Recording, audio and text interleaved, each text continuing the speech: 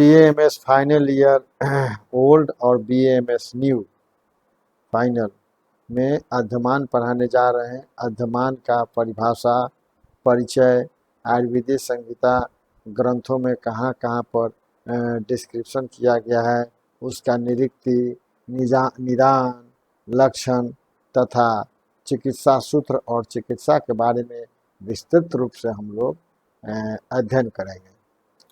तो अध्ययन जो है इसका वायु प्रकुपित होने के कारण नाभि के नीचे के भाग में होने वाला शूल या शूल के साथ वायु का नाभि से नीचे के भाग में संचरण को क्या कहते हैं? अध्ययन कहते हैं। आधुनिक चिकित्सा विज्ञान में आमाशय या आंत्र में वायु भर जाने की प्रक्रिया को टिम्पेनाइटिस कहते हैं। अध्ययन का परिचय, अध्ययन के बारे में, अध्ययन रोग में आटोप एवं उदर प्रदेश में वायु के भर जाने से उदर प्रदेश फूल जाता है। मॉडर्न साइंस में जनरल टिम्पेनाइटिस इसे को रिलेट कर सकते हैं, कहा जा सकता है। अध्ययन रोग में उदर प्रदेश में वायु भर जाती है, अतः इसमें मुख्य रूप से अन्वः स्रोतस की दृष्टि होती है तथा प्रायः अग्निमांद की स्थिति मिलती है।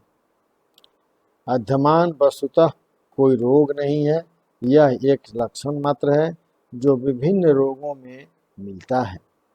अध्ययन रोग उदावत एवं अनाह से समानता रखता है। जैसे उदावत में वायु की ऊर्ध्व गति होती है, अनाह में उदर प्रदेश में स्तब्धता हो जाती है। अध्ययन में आटोप एवं उदर प्रदेश में वायु का संचय होता है।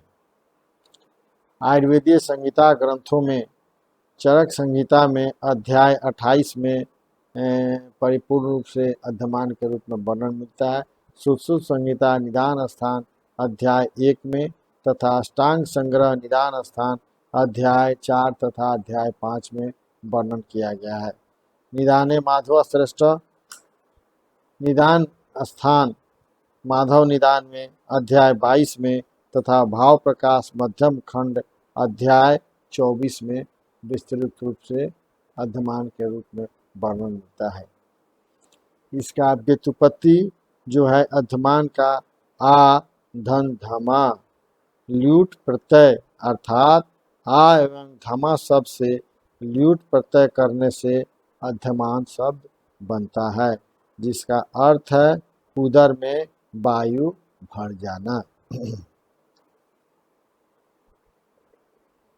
अब हम लोग इसका अध्ययन का हम लोग निदान पढ़ते हैं कि अध्ययन का निदान क्या होता है।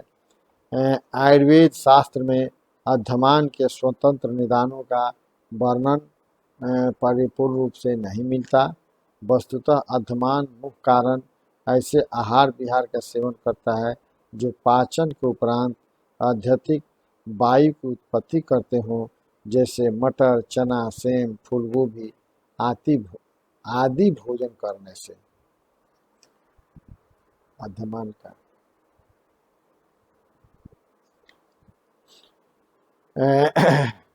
पाचन तंत्र से संबंधित कई तरह की समस्याओं में गैस बनना एक आम समस्या है। अध्ययन से उदर में वायु का संचय, गैस बनना एवं आटोप से उदर में गैस से होने वाली ध्वनि को समझा जाता है।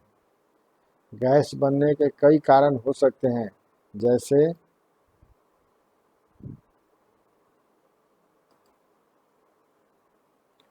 अत्यधिक भोजन करने से, ज़्यादा देर तक भूखे रहने से, तीखा या चटपटा भोजन करने से, ऐसा भोजन जो पचने में कठिनाई महसूस हो, ठीक तरीके से चबा कर न खाने से, ज़्यादा चिंता करने से, शराब पीने से, कुछ बीमारियों और दवाओं के सेवन के कारण भी पेट में गैस हो सकती है। इसका सिम्टम लक्षण अध्ययन का भूख न लगना, बदबूदार सांसें आना और पेट में सूजन रहना, उल्टी महसूस होना, बदहजमी होना, दस्त होना, पेट फूलता है और कब्ज और हाइपर एसिडिटी जैसा बना रहता है। Gas in our digestive system is part of the normal process of digestion. Gas pain may occur if gas is trapped or not moving well through your digestive system. Causes causes if our digestive organ produce lower amounts of stomach acid, and that may be a cause of gas and indigestion problems. When there is not enough acid, food is not digested as quickly and cannot move through our system. Instead, it sites in the stomach producing excess gas. As a result, that can put undue pressure on the muscles between our stomach and esophagus. That is cause of acid reflux. Causes of gas and indigestion. Gas in the digestive tract comes from two sources: shallower air, solid air, normal breakdown of certain undigested foods by harmless bacteria naturally present in the colon, higher fiber foods जैसे beans, peas, some fruits, grains, carbohydrate behaviors, soda beer, eating habits, sugar substitutes, sorbitol, mannitol, GERD, gastroesophageal reflux disease, IBS, bowel obstruction होता है, Crohn's disease, ulcerative colitis, some medical conditions, chronic intestinal disease, some bowel bacterial overgrowth, bowel obstruction, GERD, IBS, irritable bowel syndrome, Crohn's disease, ulcerative colitis, food intolerance, constipation. Symptoms: the common symptoms of gas are flatulence, पेट भारी रहेगा, abdominal bloating, heaviness of the abdomen रहेगा, abdominal pain रहेगा, no area में pen रहेगा, पेट में burning होगा, जलन महसूस होगा, पासिंग गैस, क्रैम्प्स और noted feeling in abdomen. The type and degree of symptoms probably depend on how much gas the body produces, how many fatty acids the body absorbed, and a person's sensitivity to gas in the large intestine. Gas or gas pains accompanied by other signs or symptoms may be indicated in more serious condition. क्या होता है? Weight loss होगा, constipation और diarrhoea हो सकता है, persistent और recurrent nausea और वोमिटिंग हो सकता है। अब संप्राप्ति पैथोजेनेसिस, अध्यमान को स्वतंत्र संप्राप्ति का वर्णन नहीं मिलता, परंतु विशेष रूप से वात प्रकोपक आहार विहार के अधिक सेवन से प्रकोपित वात दोष विशेष करके आंत प्रदेश या पक्वाशय में अपान वायु का अवरोध कर देता है, जबकि मल मूत्र की सम्यक प्रवृत्ति होती रहती है। इसे विशेष अवस्था को अधमान कहते हैं। बस्ती पुरुषाधानम कटिशक्तिनी पादावस्त्रिनी तत्रापि पक्वाशयो विशेषणी बात स्थानानि। पक्वाशय जो है वायु का विशेष स्थान है। क्या करता है? पक्वाशय में अपान वायु का अवरोध कर देता है और मल मूत्र की सम्यक प्रवृत्ति होती रहती है। इस विशेष अवस्था को अध्यमान कहते हैं। अब संप्राप्ति चक्र क्या है इसका? वात प्रकोपक आहार विहार का सेवन करने से वात दोष प्रकोपित हो जाता है। वात दोष का आंत्र में स्थापन होता है। अपान वायु का निरोध होता है। अपान वायु का निरोध होने से क्या होगा? अध्यमान होगा, टिम्पेनाइटिस होगा। संप्राप्ति घटक दोष वात होता है, दुष्ट, रस, अधिष्ठान, आंत्र एवं पक्वाशय, स्रोतस अनवह एवं पुरुषवह, स्रोतो दृष्टि के प्रकार, संग और विमार्ग गमन, अग्नि स्थिति, विषमाग्नि, साध्य साध्यता साध्य होता है। और चिकित्सा का, इसके बाद हम लोग क्या करते हैं कि चिकित्सा का सिद्धांत देखते हैं।